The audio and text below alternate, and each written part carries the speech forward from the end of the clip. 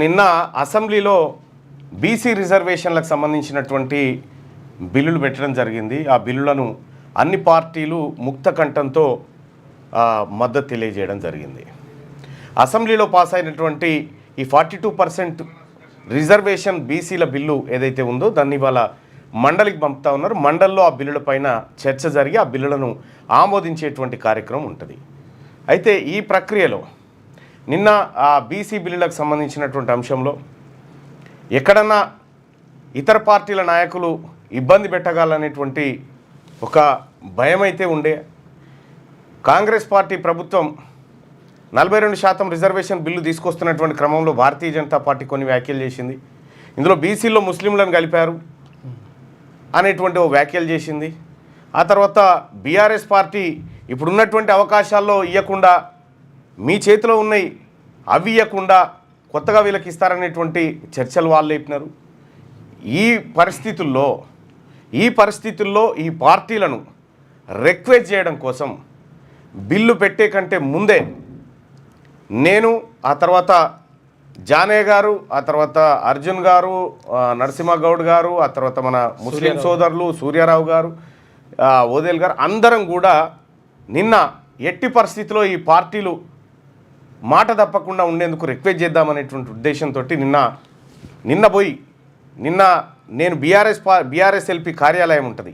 ఆ బీఆర్ఎస్ఎల్పీ కార్యాలయంలోకి వీళ్ళందరినీ తీసుకొని పోయి మాకు మద్దతు ఇవ్వండి, ఈ 42% రిజర్వేషన్ల బిల్లులో మీరు ఎటువంటి ఇష్యూలు లేవనెత్తకుండా దయచేసి దీనికి మద్దతు ఇవ్వండి. దీంతో పాటు కేంద్రంలో రాజ్యసభలో 4 ఎంపీలు బీఆర్ఎస్ పార్టీకి ఉన్నారు.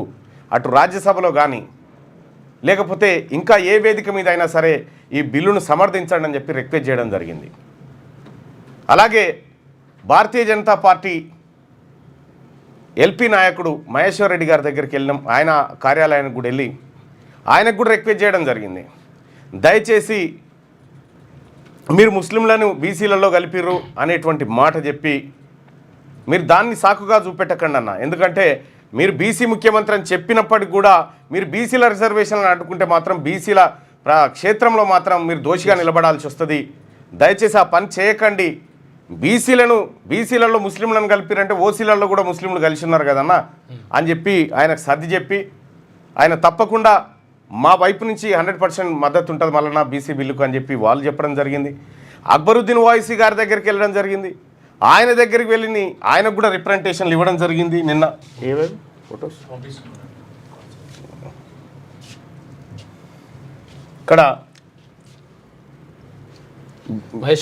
మహేశ్వర్ రెడ్డి గారి దగ్గరికి వెళ్ళడం జరిగింది.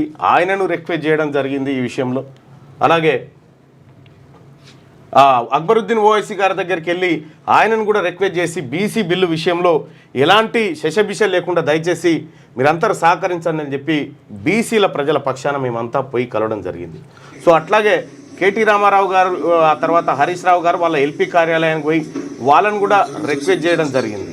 ఈ రిక్వెస్ట్ చేస్తున్నటువంటి క్రమంలో చాలామంది ఇక మళ్ళా సేమ్ తీన్మార్ మల్లన్న బీఆర్ఎస్లో చేరుతుండు, ఇదొక్కటే దింపిరు, ఇదొక్కటి దింపి తీన్మార్ మల్లన్న బీఆర్ఎస్లో చేరుతుండు. ఇది నేను పోయింది నా ప్రజలకు రావాల్సినటువంటి హక్కులను రక్షించుకోవడం కోసం నేను వాళ్ళ దగ్గరికి పోయినా. సేమ్ టైం అక్బరుద్దీన్ ఓవైసీ గారి దగ్గరికి పోయినా. ఇక ఈ ఫోటోలు బయటకు వస్తే ఎంఐఎంలో చేరిండు అంటారేమో, ఈ ఫోటోలు బయటకు వస్తే ఎంఐఎంలో చేరిండు, ఇదేమో బీజేపీలో చేరిండు అని చెప్పి ఇట్లా రకరకాలుగా అనుకుంటారు. కానీ ఒక్కటి మాత్రం సత్యం ప్రజలారా, నా ప్రజల కోసం, ఈ బీసీ ప్రజల హక్కుల కోసం, ఈ బీసీ ప్రజల రిజర్వేషన్ల కోసం, ఈ బీసీల ప్రజల బతుకులు మార్చడం కోసం బొంత పురుగును కూడా ముద్దు పెట్టుకునే సూత్రం ఉంది చూడు, అగో ఆ పనికి కూడా మేము సిద్ధంగా ఉన్నాం. మాకు మా జాతి ప్రయోజనాలు ముఖ్యం. కేటీ రామారావు గారికి నాకు సిద్ధాంతపరమైన 1,00,000 పంచాయతీలు ఉన్నాయి. కానీ నా పంచాయతీల కోసం నా వర్గాల ప్రయోజనాన్ని తాకట్టు పెట్టలేను కదా. పోవాల్సిందే. నేను అక్కడికి పోతే ఇంకెక్కడికైనా పోతా. రేపు ఢిల్లీకి పోయి ఈ దేశంలో ఉన్నటువంటి ప్రధాన పక్షాలన్నింటినీ కలుస్తా. కలిసి పార్లమెంట్లో ఈ బీసీలకు సంబంధించినటువంటి బిల్లు విషయంలో మద్దతు ఇవ్వండి అని చెప్పి రిక్వెస్ట్ చేస్తా. మా వాయిస్ వినిపించండి అని చెప్పి రిక్వెస్ట్ చేస్తా. అటు పోగానే సమాజ్వాదిలో చేరిండు, ఇటు పోగానే డిఎంకేలో చేరిండు, ఇటు పోగానే అన్నా డిఎంకేలో చేరిండు. కానీ మీరు ఏమనుకున్నా కూడా చర్చ నా మీదనే ఉండాలనుకున్నా బస్ థ్యాంక్ యూ మీ అందరికి కూడా. కానీ ఒకటైతే సత్యం ప్రజలరా, ఇవాళ నిజంగా తీన్మార్ మల్లన్న ఏం చేసిండు, ఏం చేయబోతుండు అనేది ఇవాళ మండలిలో సభలో బిల్లు పెట్టి ప్రవేశపెట్టిన తర్వాత ఒక్కసారి వీలైతే నా మాట వినండి, ఏం చెప్తాను మీకు అర్థమవుతుంది. అంటే మీరు మీ హక్కులు కాపాడుకోవడం కోసం, మీరు నిధులు కొల్లగొట్టడం కోసం, మీరు ఇంకేమైనా చేయడం కోసం మీరు పార్టీలన్నీ పక్కకు పెట్టి ఒక ఇంట్లో కలవచ్చు. ఎస్, కానీ నేను పట్టబగట్టిలి నా ప్రజల హక్కుల కోసం పోయి వీళ్ళందరినీ, ఈ పార్టీ నాయకులు ఉన్నారు కదా వీళ్ళందరినీ రిక్వెస్ట్, వాళ్ళకి సభ్యులు ఉన్నారు కాబట్టి రిక్వెస్ట్ చేస్తూ ఉన్నాం. ఎస్, కాబట్టి వీళ్ళందరి దగ్గరికి పోవడం కొంతమందికి సహజంగానే ఇష్టం ఉండదు. ఎందుకుందంటే అమ్మ ఇంత ప్రయత్నం చేస్తారా, చేయకూడదు కదా, ఎట్లున్నారో అట్లుండాలి కదా అనేటువంటి వ్యవహారాలు చేస్తారు. మీరు ఎవ్వరు ఏమనుకున్నా, మీరు కిందేసి రాసుకున్నా ఈ బీసీల హక్కులు, వాళ్ళ ప్రయోజనాలు, వాళ్ళ రిజర్వేషన్లు, వాళ్ళ అవకాశాలు మాకు ప్రాధాన్యత గల అంశాలు. వాటి కోసం ఏదైనా చేస్తాం. పరికంపను కూడా కౌగలించుకుంటాం. ఆ విషయంలో మాకేం శశబిషలు లేవు. 1000 మెట్లైనా దిగుతాం మా జాతుల హక్కుల రక్షణ కోసం.